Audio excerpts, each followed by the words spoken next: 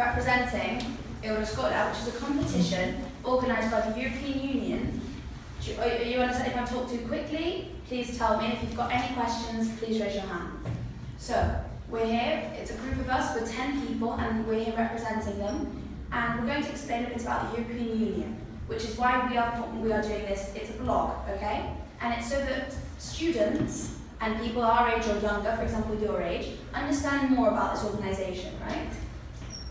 So, the European Union, okay? So it's formed of 28 countries, okay? And at first it wasn't all 28 countries. Over the last 50 years we've gone forming part of it. So what it does is politics, and then it unifies, okay, politics and economics in all of these countries. So the economy and laws and everything, it makes it so that we're all the same, okay? All of the countries that form part, which aren't all of the European countries. For example, Norway doesn't form part, or Switzerland doesn't form part of this organisation. So we've got some basic information. For example, the economy. Okay, so they've got laws and different things in common. For example, with the agriculture or transportation, fishing, and all these different things. They're like laws and rights that everyone has, and the European Union organises it and makes it fair, okay, and just.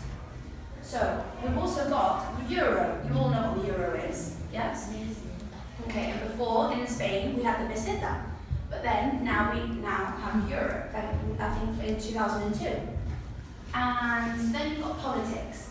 So, all of the people who form part of this, of the countries that form part of the organisation, what they do is they have laws in common. They are allowed to live or work and study in different countries. For example, my parents are from England, so they were able to come and live here thanks to the fact that Spain and England are both in the European Union, so it's easy to go from one place to another. Or we can all travel for quite easily around all these countries, okay?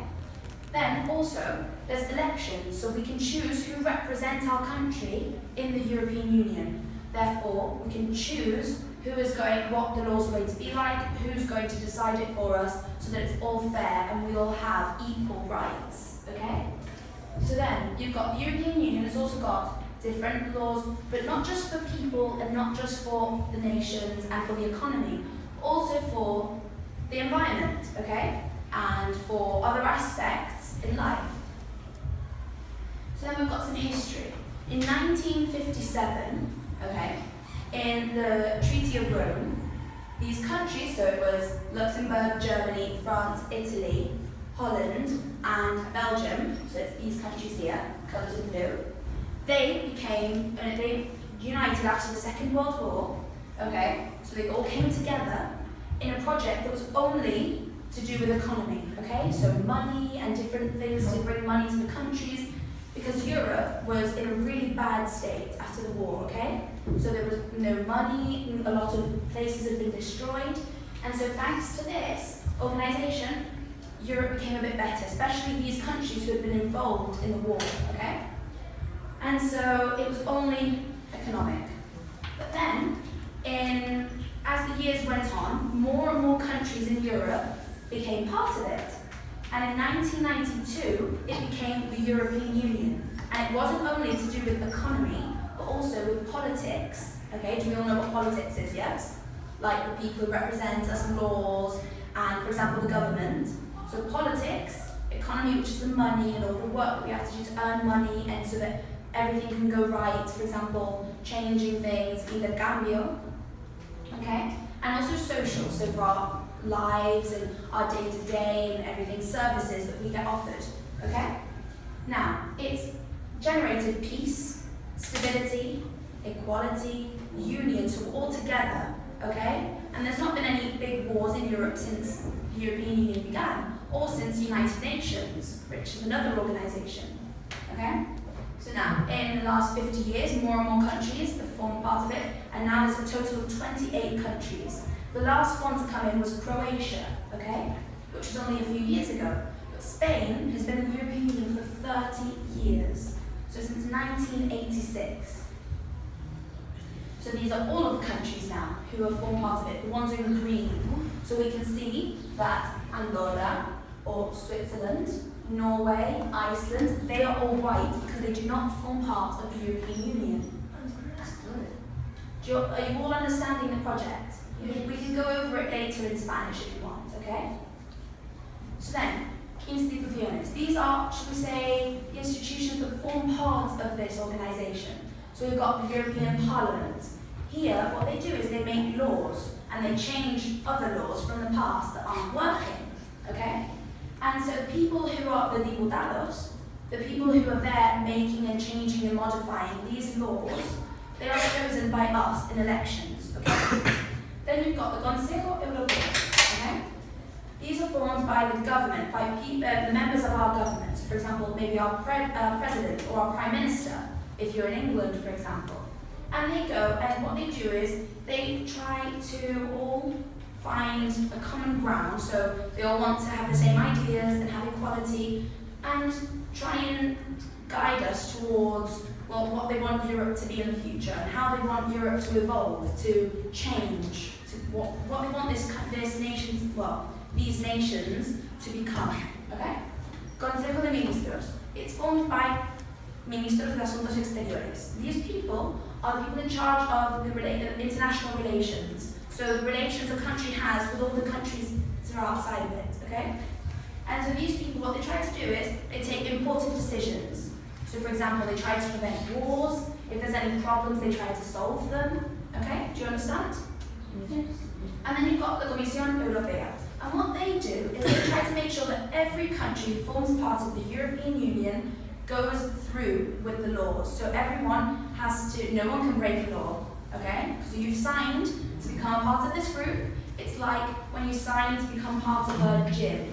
You've got to make sure you go by the rules, you cannot break any of them, and it's all made, all these decisions have been made by people that you have chosen, okay? So then we've got the euro. Everyone knows what the euro is. In 1999, okay, this Unión Económica Monetaria said that, okay, they're going to make a common currency, okay, so that's a moneda. Currency is moneda. And in 2002, the euro began to circulate. So they began to use it in all of the countries. But not all of the members use the euro. For example, in England, you guys know what we use in England? Pounds, correct. Or, for example, in the Czech Republic or in Hungary, you have different types of, you have, for example, la corona teca, or you have the florines. You know, not every country uses them, but it's easier to use euros. Because when you go to another country that has euros, you can just use that money. You don't have to change it, okay? Then, the objectives. So basically, they created this so that people, products, and services could circulate, so could travel from one country to another easily. So we can travel to another country with only our DNI. We don't have to start looking for visas and different types of documents. Or we can also send parcels and packaging a lot easier, or products. We can even offer services to people in other countries, okay? And basically what they wanted is to progress economically, so they want to make it better. The economy of the country, they want to make it better in the future, as well as our lives. They want our lives to be a lot easier. Then we also want an identity. So for Europe to gain a good identity, because in the past, it was a place that held a lot of wars, like for example now, Asia or Africa had a lot of wars. Well, Europe now is much better, thank you to the European Union. And they also wanted a ciudadanía europea, right? Which is sort of for us to all live together, okay, and cooperate. And then also they wanted to make sure there was security, so you feel safe in your country. They wanted peace, and they wanted equality, so everyone to be the same, okay? If anyone has any questions, please ask, and I will go over it again in Spanish, okay? Then, we've got some games, but first, before we do the games, I'll say it all in Spanish, quickly and briefly, so that you'll understand. ¿Lo habéis entendido todo? Sí. ¿Sí? ¿Puedo seguir o queréis que lo repase en español? Yo no tengo ningún problema. ¿Sí? Bueno, pues lo juego en inglés entonces, ¿sí? Sí. Okay. So, do you all know, first of all, how many countries are in the European Union? 26. 28. Well, that's fine. You participated. That's important. If you've got it to answer, let's raise our hands, and so that we can all, so it can be fair. Okay. So, right. Who do you guys remember? Well, we'll go on to the first game first. Right. Which of these? Because there's 28. There's one that is the European Union flag. Does anyone know which one it is? You. The top one. This one? Yeah, correct. Okay, now I'm going to ask, I'm going to put it a flag, and you raise your hand and I'm going to say it to see. Right? So for example,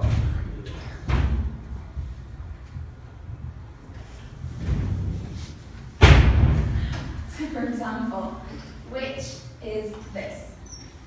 England. Very good. Which is this one? Me? Yes. Good, correct. What about this one? You. Yeah. France. No. It's very similar. I understand. Yeah. No. No one knows? It's Luxembourg, which is very similar because the Netherlands is this one. Okay, so what would be Holland is this one. It's very similar, except it's got a darker blue. Okay. Then which one's this one? You. Germany. No, it's very similar to Germany's one, yes? Where? Well done, Belgium. This one is Germany, so it's horizontally, okay? Now it's very normal. I also used to make that mistake, don't worry about it. What about this one? Yeah? You? Yeah. No, you. France. Very good, correct. What about this one? Yeah? Bosnia-Herzegovina. No? Me? Czech Republic. Correct. Well, we're not going to go through all of them because there's a lot of flags. But now, do you guys remember which one's this one? Yeah. And was Germany one of the first countries? Yes. Do you remember any of the others? Luxembourg, French, Italy, Good. Does anyone know the last one? England. No, England. Italy. What was it? Good, that's it. So there's 6 of it. Right, yes, there's 6. So we've got Germany. Which one's this one? Italy. Good. This one? Luxembourg. Good. What was the difference between Luxembourg and Good, correct. What about this one? Good. France. Good. Well, you've all been listening. Now, do you remember when this was created? When this organisation was created? When it was only economic. Okay. I've already asked you. Go on. No, you. In 1957. Good. And what was the name of the treaty? Correct. Perfect. And what about when it became the European Union? When it actually became not only economic but political and social as well. Does anyone remember? Yeah.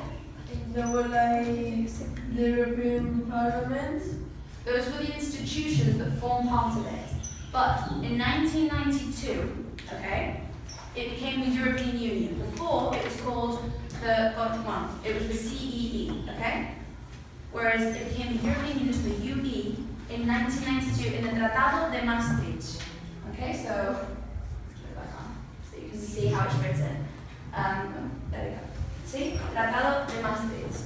In 1992, it became the European Union, and it was not only economic, but it was also social and political. Okay, so laws and also our day-to-day lives. It wasn't just about money, okay, and jobs.